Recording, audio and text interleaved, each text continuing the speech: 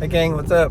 Welcome back here to another edition of Intuitive Angling, and really appreciate you guys making a little time to check the video out. And guys, today we're going to be talking about lure colors in general a little bit, maybe some misconceptions, and probably some of the most important things you need to realize about color. And you know, one of the things you'll find out about bass fishing, you know, as you go through it throughout your decades and years in fishing, is that so much of what we think we know, we don't know. As far as bass, you know, we guess a lot of times, and sometimes we're right, and sometimes there's some foundational elements that usually hold true. But for the most part, for things especially like color, it can just be all over the board. But I sort of want to talk a little bit about my experiences, what I've had with colors and lure colors, maybe help you guys out here.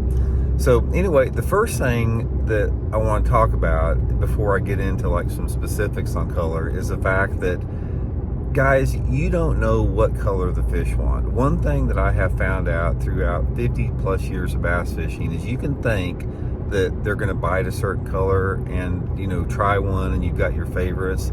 But most of the time I have seen that is just thrown out the window to a large degree if you experiment.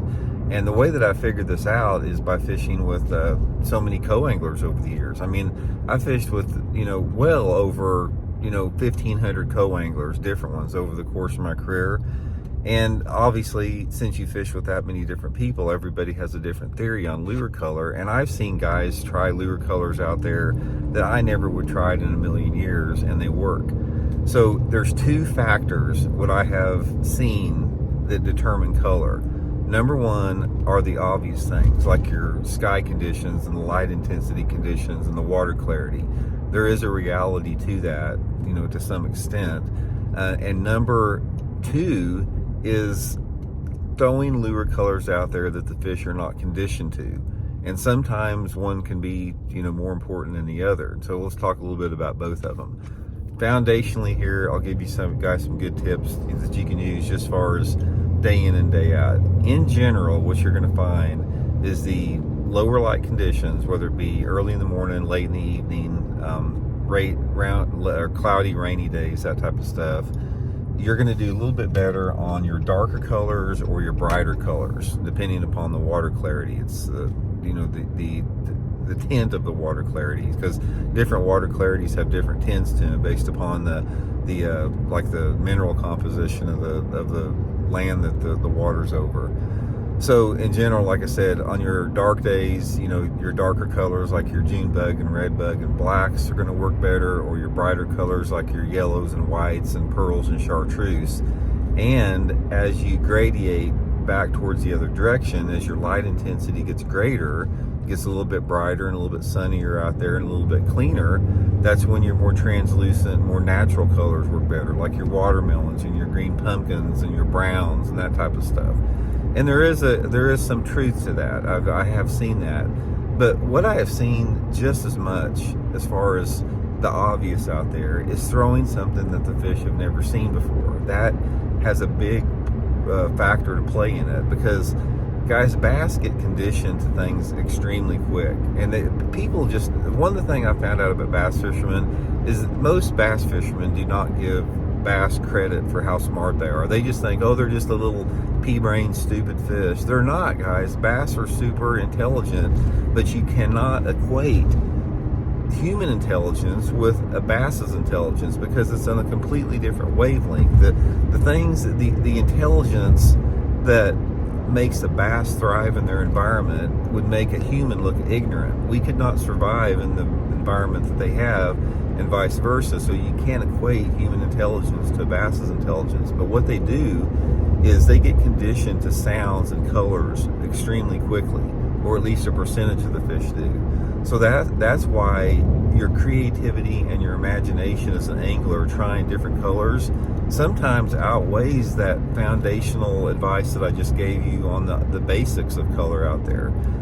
One of the biggest pieces of advice that I can give you with color is to experiment up a lot. And if everybody is throwing a certain color, or you think a certain color will work, or you read about it or whatever, it doesn't take much just to try something else. And one of the best ways that you can change color up without having to spend a lot of money is just spend your money on dyes and you know, dipping dyes and that type of stuff. There's a dozen different colors out there that you can make modifications to your existing plastics with dye.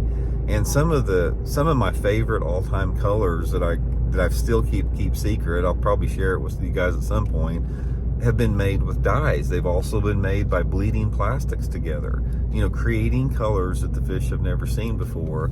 You know, I am convinced that it's just as important as the basic obvious part about it.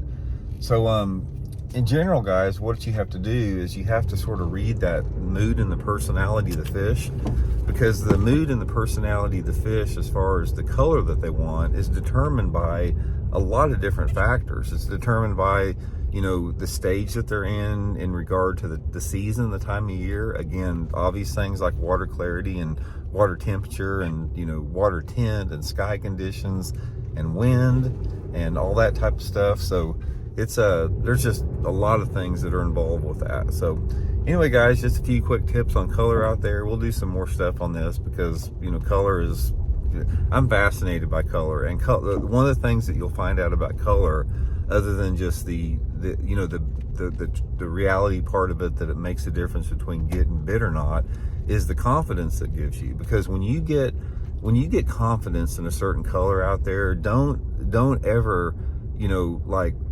make light of the fact how important that is. Confidence is an extremely important part in fishing, and there's a mysterious aspect in fishing where confidence equates into catching fish. I don't even understand what it is, but I know it's real, and colors can play a huge role in that, especially if you come up with a color that you've developed on your own or nobody else is using. So anyway, guys, just a few quick tips out there. Hope you guys are having a good day, and we'll talk later. See you.